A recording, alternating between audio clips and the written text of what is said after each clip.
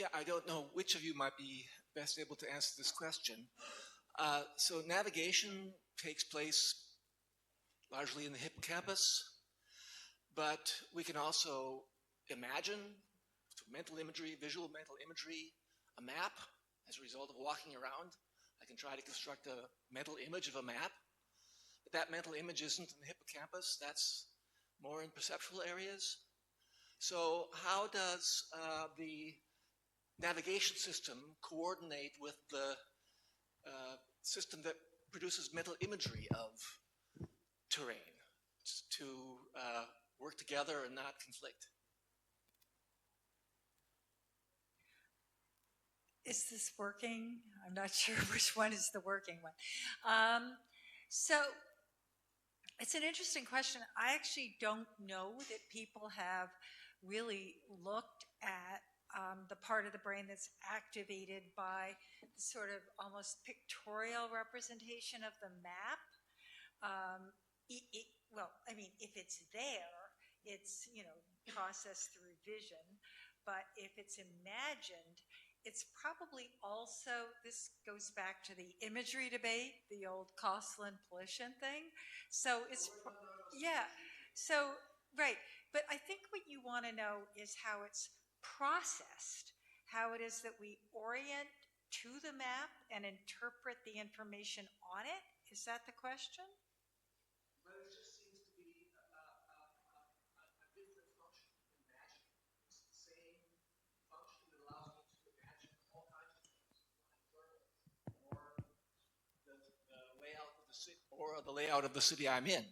Okay. And since the imagined map comes from this different functionality, which isn't located in the hippocampus, the question arises how what I've learned in my hippocampus, so to speak, can drive what I imagine, and how, how the hippocampus can drive imagination. Well, I'm not sure I would put it that way. First of all, yeah, it may not be the best way to put it. Yeah. Right. The hippocampus is only one part of a large navigational network with many important areas that interact. And, one thing that we haven't really made a lot of is parietal cortex, but that's very involved in some of the self-referential wayfinding. So first of all, it's a network.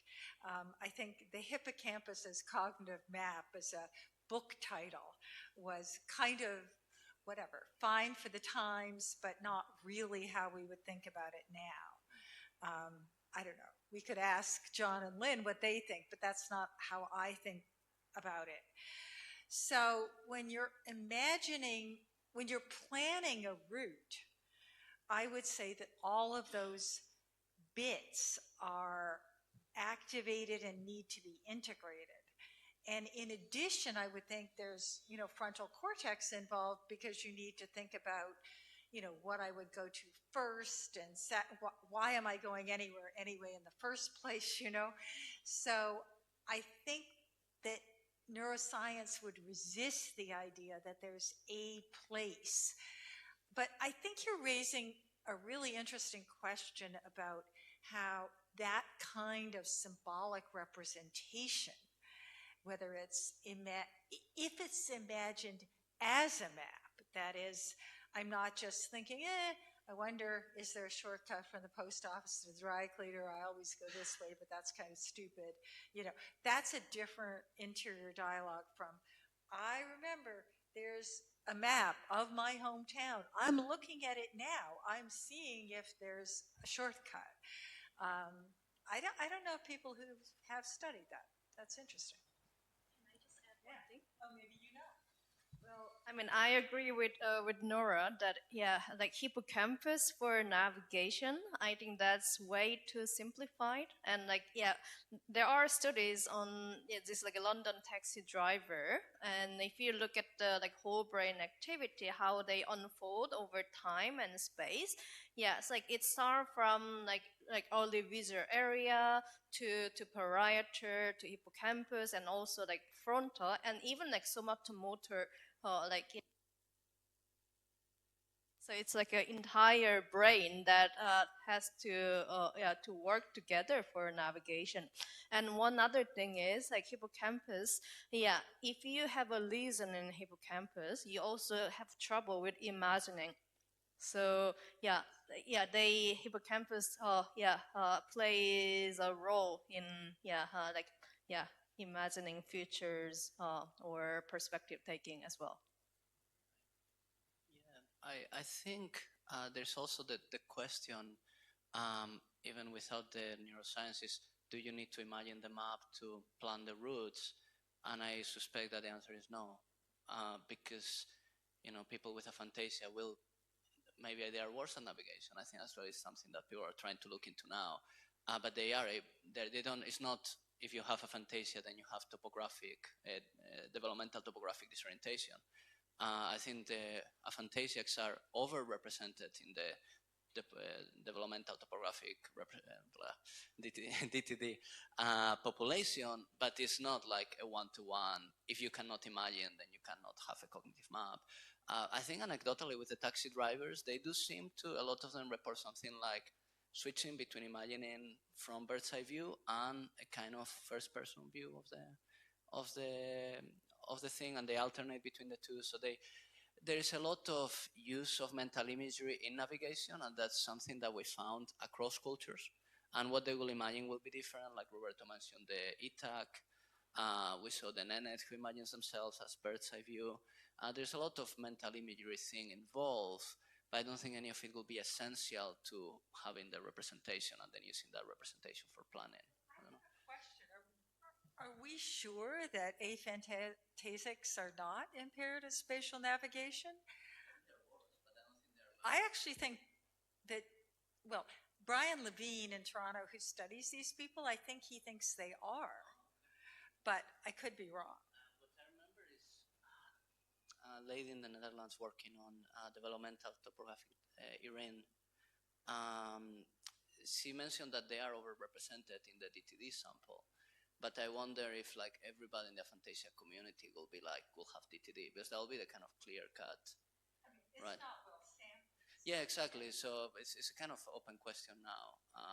And very few people are looking, I think, at mental imagery questionnaire and navigation tests. So specifically, no. Oh, well, no, people have looked at the mental imagery questionnaire. Well, there's various ones. There's vividness, whatever. I forget what they're all called. But Maria Kazevnikov is the person who's most argued that there's two different types of mental imagery. So there's the visual sort of static imagery, like imagine an elephant. Okay, what color is it? Is it wagging its tail? Those sorts of visual details. And there's also a very different kind of dynamic mental imagery where you're asked to self-rate basically your perspective taking, your ability to take an aerial view and this kind of thing. And those dissociate. Some people will rate themselves high on the one, low on the other, vice versa, that kind of thing. And as you might expect, exactly what color your elephant is has nothing to do with navigation, but the other kind of more dynamic imagery does, at least as judged by self-report. So, related to that last point, I guess. So I thought this was really, really interesting. I'd love to know what the different people on the panel think about the relationship between the phenomenology and the hypothesis of cognitive mapping. So, as Roberto emphasized, we can think of a cognitive map as arrived at as a hypothesis by inference to the best explanation, an inference to the best explanation from the behavior. And then, Pablo was contrasting, some phenomenological descriptions of wayfinding with the idea of mapping. And I guess personally, I'd be tempted to think of what's going on here as in a way that means that we shouldn't expect people's descriptions to line up very well with the idea. To think a bit more like an analogy with, say, distance vision. Like, from the point of view of the subjects, well, we're not in a very good position to answer the question, how can you see how far away things are? We've got a partial grip of that, but most of it done by inference from how people behave in experiments. And so what do you think? Do you think that the case with cognitive maps is somewhat like that, so that we shouldn't expect people's descriptions to reveal mapping? Or do you think that we should expect people's descriptions to reflect the mapping? Or do you have different views? I'd love to know.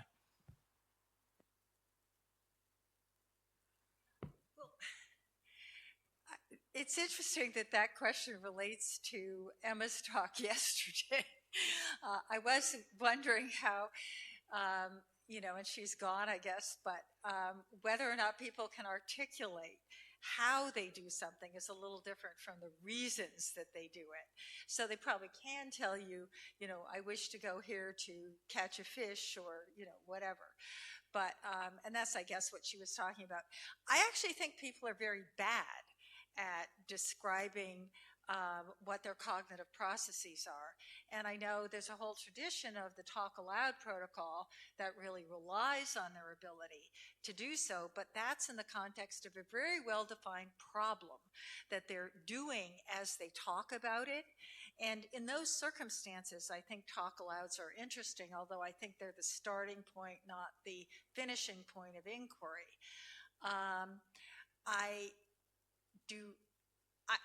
I think that the descriptions, and maybe Pablo, you disagree, that they're giving are fascinating because that's what they know, that's how they think about it. It doesn't necessarily mean that that's what they are doing. And in fact, I think Ms. Sun's data, to me, the most interesting thing that sort of runs through your whole talk is this idea that there's a very strong prior for a Euclidean environment. I mean, we live in a Euclidean environment, and if there weren't a prior for it, that would be very, very surprising. And that people then approach these environments that you've constructed where you walk up the curve of the wave and so forth as like, okay, it's somehow Euclidean, it's kind of confusing, but I'm going to somehow make sense of it. Like, thank God we reason that way, because that's what we have to do in every circumstance that we normally encounter, except the weird ones that we craft for experiments. So just to get back to your question, it looks as if there is a distinction one can draw here between a similarity actually with linguistics. We do not have access to properties of the I language or whichever explanatory element you want to have. You can elicit those properties by asking the right questions, and this is but there is no phenomenology of the rules and representations. There is no access to that, no conscious access. I suppose this is the idea of mental maps. It's not that you flash a mental map in your visual imagination and then plan shortcuts and detours on that. You simply are using it in the way in which your linguistic system is using universal grammar, or principle and parameters, whatever you're using. You think I use. Yeah, I mean, I think this is a problem with doing anthropology in general, where you just have to talk to people and follow people and, do observations. I think the observations will tell you much more than what the people say, because what the people say is like, right, it's not even, they'll give you an explanation, the explanation is wrong. They'll be like, there's nothing here to give, right? So it's useful for the descriptions of the environmental experience. I think that's interesting for the phenomenology, how they experience the environment is useful in contrast. So for example, when they're in the taiga, the Evenki, they experience the environment as kind of unfolding before them, and they contrast that to how they experience the environment whenever they have to be in a Russian settlement, in which everything is like overdetermined, like everything that's gonna turn out when you turn the corner, and that's just like absolutely kills the mood, right? Like they absolutely hate it. So those kind of things, they're more reliable, they're more consistent, they're consistent across different ethnographic periods. So it's a lot of triangulation, but it wouldn't be the kind of thing that then you do a corpus analysis and you're like, the corpus analysis shows that they use cognitive maps or they use root knowledge. That I think will hopefully come from observational analysis, and ideally you ask them to do some tasks like pointing, right? Like Levinson was doing. If they are really good at pointing, then they probably have a cognitive map, right? And that's how they're doing it. But it's a very tricky question. There's many logistics challenges with doing this kind of work in the middle of the taiga. Yeah. Thanks. Thank you.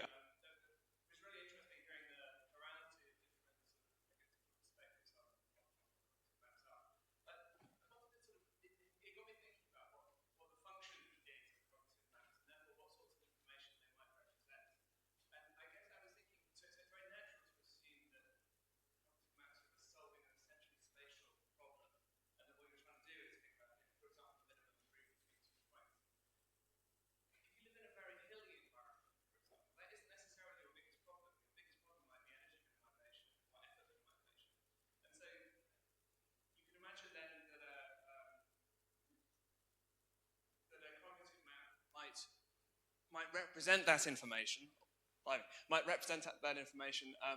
and that might be its function might be to enable people to minimize effort. So, I mean, just to make it vivid, the shortest distance between 2 points on a 2D map of a very mountainous area is very rarely the best route between them, and people will often walk a great deal further in order to minimize effort. Another case was inspired by the evidence from Siberia, where perhaps in that environment, one of the challenges is actually managing uncertainty, so not getting lost. And so one reason why people might be moving between rivers is because those are points where they know, and so you make a spatially irrational decision to move between rivers in order to fix a point, not necessarily in space exactly, but rather that you're minimizing your uncertainty. And I wonder whether, if that's the function, then that alters what you represent in your map, I guess is what I'm saying. Yeah, I totally agree with your idea on the effort. So there are some behavior studies which shows that people overestimate the angles of the slope. Yeah, so because probably they have to go up, and it's much more harder and difficult. Probably that's why at the perceptual level they also think that it's taller than it is, and yeah, for navigation purposes, the absolute distance, it's just one element. Yeah, we always have to consider this practical thing. Whether the surface is like easy to walk, or it's very like a rough, or it's hilly, and I think the terminology of the map is just for the experimenter and the researcher to describe what they think the people are doing. But I personally, don't, put too much, meaning on this terminology. Like what I care most is, how people, do this job of going from A to B, or make a plan, and what's the neural mechanism that support this kind of function. And I personally don't care so much whether I call that a cognitive graph or cognitive map or root knowledge or ecological updating. Yeah, that's my take. I just wanted to say that the signature behaviors of a cognitive map are often said to be, on the one hand, the shortcut, but on the other hand, the detour. So your case of a hilly environment is a case of having a representation strong enough to enable a detour. The word detour first comes to mind, they're, ripping up the road or something. But it also includes things like detour around a hilly area or whatever. I also wanted to add that slope is a very useful cue when you're learning the world. And there are, whole areas that can be helped to be learned by the fact, if you've ever been on the Berkeley campus, if you're going down, you're probably going west to the bay, and sometimes people ignore that. But it's one of the cues that as you learn to be a more expert navigator, you learn to use. So that's a somewhat different point about slope. But I just wanted to say that just because we're bad at saying what we do doesn't mean that we can't be instructed verbally to augment our repertoire, like to pay attention to slope, to pay attention to the position of the sun, et cetera, et cetera.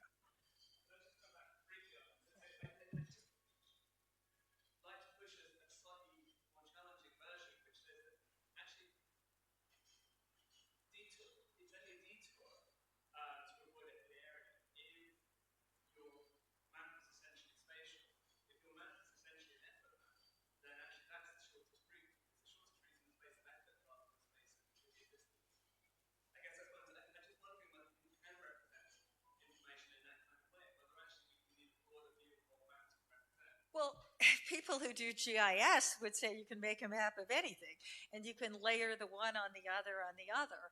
And, obviously the GIS technology makes it super easy to do that, but I think we do what we can of it so that, yeah, you might have an effort map. You have maps of dangerous areas, of cities or maybe of the countryside. You have maps of that enable you to pick the most scenic route home as opposed to the utterly shortest or quickest. And in fact, one of the studies I quite admire is a very big study based on how people actually move around their cities. It has a whole host of authors. I can't even remember who was the first one, but actually people do pretty well. Remember, a lot of these routes are habitual ones at taking the shortest distance, but you can also see that they pretty routinely don't take the shortest distance, literally, if it would be ugly or noisy. And so we have a lot of criteria for the routes we take. So that was an excellent question. I think that the energy landscape is extremely important in some situations. One is sailing. Sailing is about an energy landscape. So you have certain things that you do, like velocity made good. You have to, you do not necessarily minimize the trajectory, but you want to maximize the possibility to take an advantage of the wind in certain situations. And you do a lot of tacking. Maybe in some cases you cannot go where the wind comes from, and you have to go there. So it's I do not know if there is anything like a cognitive map which also allows you to integrate sailing and winds and energy patterns like hilly landscape. It would surprise me that we are using this type of internal representation.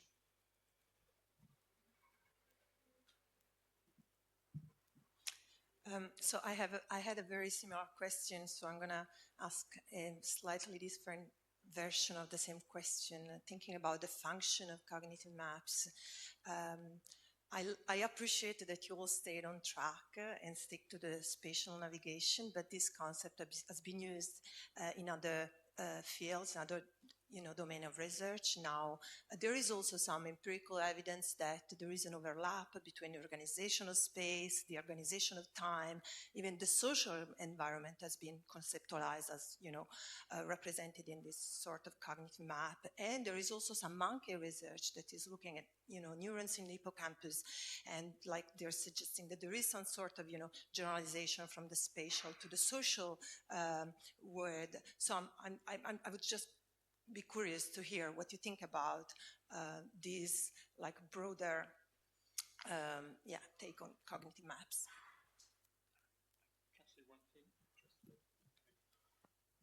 I read something about that, so I'm not specialist. I think it's an interesting heuristics for doing research, but I would be very surprised if there was anything like this type of conceptual maps really in. It's interesting. I have a question actually related to that. I have a quote by O'Keefe saying something about the hippocampus never showing at any place anything like a map. He says, well, you have a lot of cortical maps, which are maybe retinotopic and so on and so forth. But when you have place cells in the hippocampus, they're not related to each other in a way which suggests that there is a mapping. I mean, the topological relations are not preserved. So as you said before, they sort of abandoned this map analogy, but I think it's deeper than that. So in the hippocampus or in the related systems, there is, when you have place cells, there is never a map in the sense in which we talk about a map here. I have a quote by him. I noticed you guys react. Yeah, I guess the idea would be that then the grid cells are doing a lot of the common framework in which all of the place cells that are not topographic. So, I mean, how it all fits together and then how map-like it is. It depends a lot. I think it's interesting, like looking at your work on the syntax of maps and whether that will apply. Because obviously if you had like the labels all scrambled in the map, that wouldn't count, right? That's what you mean. So just having like relations between points couldn't count as a map in that sense. Yeah. Well, in terms of this analogy between like physical navigable space and like social space or conceptual space, I think that's it got lots of attention, and I see the merit of it because the concept of like a closeness, farness, like something similar or dissimilar, that is quite ubiquitous to describe any entities. So in that sense, physical mapping could like help or like organize these like concepts. However, I think we should be careful not to make like very simplified like one-to-one analogy between the physical space and all this conceptual space. Because the physical space, especially on a 2D or 3D, we have a very clear concept of location as well as direction. But in the conceptual space, there is no like meaningful, like it's hard to drive this sense of direction or sense of like path integration. From the physical space that if I'm here and then if I move like 1 meter, then I will be over there, and it's a very meaningful computation. But in a like a one-dimensional space, like in terms of a musical pitch, that okay, maybe I'm playing C, and then I move my fingers on my violin to make it to E or F. Okay, there is some concept of the moving, but in a more complex or more natural conceptual space, it's hard to see this directional relation between two entities. So I agree totally with Ms. Sun's answer to your question. In terms of the other question that Roberto raised, but this is a bit tangential, but I do want to say that the word map does invite the idea of there's some sort of somewhere veridical representation of the way the world really is, but cartographers don't agree. And actually, I think this is the point of that somewhat mystical quote that you put up at the beginning, because there are challenges to representing the world. You're always adopting a convention that always distorts some aspect of the world that you're trying to represent. So some of the notorious ones where Greenland looks enormous, blah, blah, but you can come up with many more examples that show that no matter what convention you choose, one that makes Greenland look much smaller or whatever, it'll distort something else. So there is no correct cartographic representation to which the human mind could aspire, which to me means that we need to be careful about what we think are analogical, what our analogies entail. Let's put it that way. Just looking at the time, I think maybe this might be a good note to end on. But the panelists will be here. And you can abuse their lunch break or coffee break or continue chatting. So thank you again for this.